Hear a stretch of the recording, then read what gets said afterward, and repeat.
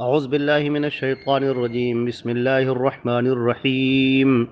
وَإِذَا رَأَى الَّذِينَ ظَلَمُوا الْعَذَابَ فَلَا يُخَفَّفُ عَنْهُمْ وَلَا هُمْ يُنظَرُونَ وَإِذَا رَأَى الَّذِينَ أَشْرَكُوا شُرَكَاءَهُمْ قَالُوا رَبَّنَا هَؤُلَاءِ شُرَكَاؤُنَا الَّذِينَ كُنَّا نَدْعُو مِن دُونِكَ فَأَلْقَوْا إِلَيْهِمُ الْقَوْلَ إِنَّكُمْ لَكَاذِبُونَ وَأَلْقَوْا إِلَى اللَّهِ يَوْمَئِذٍ السَّلَمَ وَضَلَّ عَنْهُمْ مَا كَانُوا يَفْتَرُونَ۔ یہ سورۃ النحل کی آیت نمبر 85، 86 اور 87 تلاوت کی گئی ہے۔ ترجمہ ان آیات کا یہ ہے کہ اور وہ جب وہ لوگ جنہوں نے ظلم کیا ہے، وَإِذَا رَأَى الَّذِينَ ظَلَمُوا، اور جن لوگوں نے ظلم کیا ہے جب عذاب کو دیکھیں گے، فلا یخفف عنہم، تو وہ عذاب ان سے نہ تو کم کیا جائے گا، ہلکا کیا جائے گا، یعنی نہ تو وہ عذاب ہلکا کیا جائے گا، ولا ہم ینظرون، اور نہ ہی انہیں مہلت دی جائے گی۔ وَإِذَا رَأَى الَّذِينَ أَشْرَكُوا شُرَكَاءَهُمْ، اور جب وہ لوگ جنہوں نے شریک بنائے ہوئے ہیں اپنے شریکوں کو دیکھیں گے تو کہیں گے اے ہمارے رب، یہی ہیں وہ ہمارے شریک جنہیں ہم تیرے سوا پکارا کرتے تھے، تو وہ ان کی طرف یہ بات پھینک دیں گے کہ بلا شبہ یقیناً تم جھوٹے ہو، اور اس دن وہ اللہ کے سامنے فرما بردار ہونا پیش کریں گے، اور ان سے گم ہو جائے گا جو وہ جھوٹ باندھا کرتے تھے۔ تو اب آپ دیکھیں یہاں پر کہ قیامت کا منظر کھینچا جا رہا ہے کہ آج دنیا میں جو لوگ شریک بناتے ہیں اللہ رب العزت کے ساتھ میں، دوسروں کو شریک کرتے ہیں، کل قیامت کے دن جب وہ اللہ کے سامنے کھڑے ہوں گے اور تنہا کھڑے ہوں گے، جیسا کہ فرمایا گیا کل آتی ہی یوم القیامت فردا، ہر ایک تنہا اللہ کے سامنے کھڑا ہوگا اور اپنا اسے حساب دینا ہوگا، تو اب وہاں پر ان کے پاس کچھ بچے گا نہیں۔ جب وہ دیکھیں گے کہ عذاب میں جب گرفتار ہوں گے، جہنم کے اندر جب انہیں پھینکا جائے گا، اور جب عذاب کی لپٹیں انہیں چھو رہی ہوں گی، آگ کی لپٹیں انہیں چھو رہی ہوں گی، اور طرح طرح کے عذاب میں وہ گرفتار ہوں گے، تو اب ان پر نہ تو عذاب کم کیا جائے گا اور نہ تو ان کو کوئی مہلت دی جائے گی۔ اب انہیں کوئی مہلت نہیں دی جائے گی۔ ہم اس سے پہلے بھی ذکر کر چکے ہیں کہ مشرکین کے لیے معافی کا کوئی تصور نہیں ہے۔ اگر وہ بغیر توبہ کیے مر گئے دنیا میں، اگر انہوں نے توبہ کر لی تب تو اللہ معاف کرنے والا ہے، لیکن اگر بغیر توبہ کیے ان کی موت آ گئی، مر گئے، تو اب ان کے لیے معافی کی کوئی گنجائش نہیں ہے، وہ سب ختم ہو گئی۔ اب انہیں کوئی مہلت نہیں دی جائے گی، اب انہیں کوئی، یہ جو اللہ نے فرمایا کہ مہلت نہیں دی جائے گی، اس کا کیا مطلب ہے؟ بڑا پیارا سا اشارہ ہے کہ اس دنیا کے اندر مہلت ملی ہوئی ہے، ابھی ان کے پاس وقت ہے، وہ اللہ کی طرف رجوع کر لیں، کفر سے شرک سے باز آ جائیں، توحید کو قبول کر لیں، اللہ رب العزت کے سامنے سرنگوں ہو جائے، اور جو کفریہ اور شرکیہ اعمال وہ کر رہے ہیں اس کو چھوڑ دیں، اور صرف ایک اللہ رب العزت کو پکاریں اور اسی سے مدد مانگیں اور اسی سے طلب کریں، اسی کے لیے ساری عبادتوں کو خاص کریں، نظر و نیاز کرنا اور قسم کھانا اور پکارنا اور ذبح کرنا اور سجدہ کرنا، یہ سب اللہ رب العزت کے لیے کریں اور اس کے ساتھ میں کسی کو شریک نہ کریں۔ ابھی انہیں مہلت ہے، کل جب قیامت میں وہ اللہ کے سامنے کھڑے ہوں گے اور جب ان کے لیے عذاب کا فیصلہ کیا جائے گا اور انہیں جہنم میں پھینکا جائے گا، تو اس کے بعد نہ تو انہیں مہلت ملے گی، نہ تو ان کی توبہ قبول کی جائے گی، نہ تو وہ بار بار چیخیں گے اور چلائیں گے کہ پروردگار ہم نے سن لیا، ہم جان گئے، ہم ایمان لائے، ہمیں معاف کر دیجئے، ہمیں چھوڑ دیجئے۔ اب نہ انہیں چھوڑا جائے گا، نہ انہیں معاف کیا جائے گا، اور نہ ان کے عذاب میں کچھ بھی کمی کی جائے گی۔ اللہ رب العزت نے فرمایا ہی ہے، کیوں؟ ان اللہ لا یغفر ان یشرک بہ ویغفر ما دون ذلک لمن یشاء، بے شک اللہ اس بات کو نہیں بخشے گا کہ اس کا شریک بنایا جائے، اور بخش دے گا جو اس کے علاوہ ہے جسے بھی چاہے گا۔ تو اب ان کے عذاب کو دیکھنے کے بعد میں کوئی مہلت نہیں دی جائے گی۔ اس آیت سے معلوم ہوتا ہے کہ کفار کے عذاب میں تخفیف نہیں کی جائے گی۔ حضرت ابو سعید خدری رضی اللہ تعالیٰ عنہ فرماتے ہیں کہ انہوں نے نبی کریم صلی اللہ علیہ وسلم سے سنا، جب آپ کے پاس آپ کے چچا کا ذکر ہوا یعنی ابو طالب کا،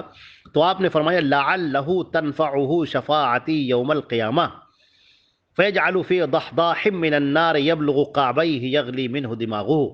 یہ بخاری شریف میں ہے، باب مناقب الانصار، باب قصۃ ابی طالب، اور مسلم میں بھی ہے کہ نبی کریم صلی اللہ علیہ وسلم کے سامنے جب ان کے چچا کا ذکر ہوا ابو طالب کا، تو آپ نے کہا کہ امید ہے کہ قیامت کے دن اسے میری شفاعت پہنچے تو اسے ہلکی عذاب ہلکی آگ میں ڈالا جائے گا، وہ اس کے ٹخنوں تک پہنچے گی اور اس سے اس کا دماغ کھول رہا ہوگا۔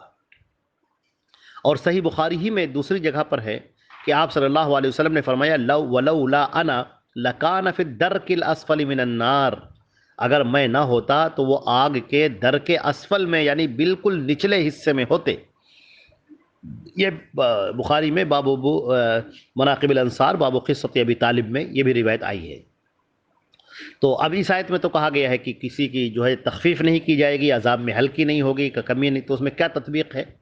تو ان دونوں میں تطبیق یہ ہے کہ کفار کے حق میں کوئی سفارش آگ سے نکلنے کے لیے قبول نہیں ہوگی کہ ان کو جہنم سے نکال دیا جائے، اس کی کوئی سفارش قبول نہیں ہوگی، جیسا کہ ابراہیم علیہ السلام اپنے والد کی جو سفارش کریں گے وہ ان کے حق میں رد کر دی جائے گی۔ اور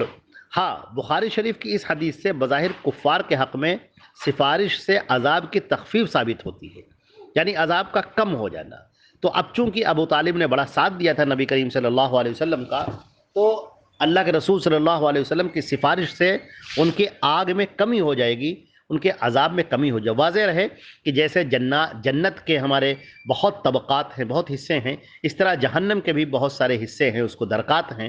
تو جنت کا سب سے اعلیٰ طبقہ جیسے جنت الفردوس ہے، تو جہنم کا سب سے سخت حصہ درک اسفل کہلاتا ہے۔ اب یہ فیصلہ ہونے کے بعد کہ کس کافر کو کون سا عذاب ہوگا، جب انہیں جہنم کی طرف روانہ کیا جائے گا تو جہنم کے 7 دروازوں میں سے ہر ایک کے لیے جو دروازہ اور جو عذاب متعین ہے وہ وہاں پہنچیں گے، اسے دیکھنے کے بعد پھر انہیں کوئی تخفیف یا مہلت نہیں ملے گی۔ نبی کریم صلی اللہ علیہ وسلم کی خیر خواہی، خدمت اور سفارش کی وجہ سے ابو طالب کا فیصلہ پہلے ہی ہلکے عذاب کا ہو چکا ہوگا۔ اب وہاں جانے کے بعد مزید تخفیف یا جہنم سے خلاصی حاصل نہیں ہوگی۔ اگلی آیت ہے جو اللہ رب العزت نے فرمایا کہ اور جب وہ لوگ وَإِذَا رَأَى الَّذِينَ أَشْرَكُوا شُرَكَاءَهُمْ، اور جب وہ لوگ جنہوں نے شریک بنائے ہیں جب اپنے شرکا کو دیکھیں گے، قالوا تو کہیں گے ربنا هؤلاء شرکاؤنا، اے ہمارے پروردگار یہی ہمارے وہ شریک ہیں، الذین کنا ندعو من دونک، جن کو ہم آپ کے علاوہ پکارا کرتے تھے، آپ کے علاوہ جن سے ہم فریاد کیا کرتے تھے، آپ کے علاوہ جن کو ہم اپنی پریشانیوں کے حل کرنے کے لیے ان کو ندائیں دیتے تھے، آوازیں دیتے تھے، ان سے ہم طلب کرتے تھے۔ وہ اب دیکھیے یہاں پر شرک کا ایک بہت بڑا حصہ وہ ہے طلب، یعنی پکارنا، جسے ہم کہتے ہیں ندا دینا، آواز دینا، کہ آپ جب پریشان ہو، مصیبت میں ہو تو کس کو پکاریں؟ ہمارے ہاں لوگ کہتے ہیں یا علی مدد، یا غوث اعظم مدد، یا فلاں مدد۔ یہ نہیں، اللہ کو پکارنا ہے، کیونکہ اس کا شرک کا بہت بڑا حصہ وہ پکارنے پر ہے کہ کس کو پکارے۔ اسی کو قرآن پاک میں فرمایا گیا وَلَا تَدْعُوا مَعَ اللَّهِ إِلَٰهًا آخَرَ، تم اللہ کے علاوہ کسی کو مت پکارو، کسی کو مت پکارو، کسی کو ندا مت دو۔ اور یہاں تک فرمایا گیا کہ جو دنیا سے جا چکے ہیں تمہاری پکار سنتے ہی نہیں ہیں، اور اگر سن لیں بھی، اگر ہم انہیں سنا بھی دیں تو وہ کچھ کرنے کی طاقت نہیں رکھتے ہیں، کچھ بھی استطاعت نہیں رکھتے۔ چنانچہ جب کفار اپنے شریکوں کو دیکھیں گے جنہیں وہ مدد کے لیے پکارتے رہے ہیں، جنہیں وہ اللہ کا شریک بناتے رہے ہیں، یا جن کے بتوں اور قبروں کو پوجتے اور سجدہ اور طواف کرتے رہے ہیں، جیسے کہ بخاری میں ذکر ہے کہ مشرکین مکہ نے کعبہ کے اندر ابراہیم اور اسماعیل علیہ السلام کے بت بنا کر رکھے ہوئے تھے۔ قیامت کے دن مشرکین ان بزرگوں کو دیکھیں گے تو اپنے جرم کو ہلکا کرنے اور اپنے بنائے ہوئے داتاؤں اور دستگیروں کو اس جرم میں ساتھی بنانے کے لیے کہیں گے پروردگار یہ لوگ ہیں جنہیں ہم تیرے سوا پکارتے تھے۔ اور وہ سب کے سب، یہ سارے بزرگان دین، یہ انبیاء کرام، یہ شہداء صالحین، یہ نیک حضرات، سب کے سب فوراً سختی سے کہیں گے کہ بلا شبہ تم جھوٹے ہو۔ فوراً کا مفہوم فَأَلْقَوْا، فا سے آ رہا فَأَلْقَوْا، فوراً یہ کہیں گے۔ سوال پیدا ہوتا ہے کہ مشرک انہیں پکارتے تو رہے ہیں، پھر وہ انہیں جھوٹا کیوں کہیں گے؟ اس کا جواب یہ ہے کہ جو بھی اللہ کے سوا کسی کو پکارتا ہے، یعنی کہ اس کے بنائے ہوئے داتا اور دستگیر کو پتہ ہی نہیں ہوتا کوئی اسے پکار رہا ہے، نہ انہیں ان کا پکارنا سنائی دیتا ہے، تو انہیں جھوٹا نہ کہیں گے تو کیا کہیں گے؟ دوسرا یہ ہے کہ اللہ تعالیٰ کا شریک کہیں موجود ہی نہیں ہے۔ ہر مشرک خواہ بت پرست ہو یا قبر پرست ہو یا ولیوں کی پوجا کرنے والا ہو یا نبیوں کی پوجا کرنے والا ہو، وہ محض اپنے خیالی بنائے ہوئے حاجت رواؤں اور مشکل کشاؤں کو پکارتا ہے، حقیقت میں ان کا کہیں کوئی وجود نہیں ہے۔ اس لیے وہ انبیاء، اولیاء اور ان کے بنائے ہوئے جو لوگ داتا ہیں انہیں صاف جھوٹا کہیں گے، اور کہیں گے کہ تم ہمیں نہیں بلکہ اپنے وہم و گمان اور اپنے خیال کو پکارتے اور پوجتے رہے ہو۔ اور رہا شیطان، تو اس نے تو واقعی انہیں شرک کی دعوت دی تھی، مگر وہ نہایت بے حیائی کے ساتھ شیطان ان سے جو ہے بے تعلقی اختیار کرے گا۔ وَأَلْقَوْا إِلَى اللَّهِ يَوْمَئِذٍ السَّلَمَ وَضَلَّ عَنْهُمْ مَا كَانُوا يَفْتَرُونَ، اور اس دن وہ اللہ کے سامنے فرما بردار ہونا پیش کریں گے اور ان سے گم ہو جائے گا جو وہ جھوٹ باندھا کرتے تھے۔ سلم کے معنی مطیع ہونا، فرما بردار ہونا ہے، یعنی پہلے تو قسمیں کھا کر اپنے مشرک ہونے کا انکار کریں گے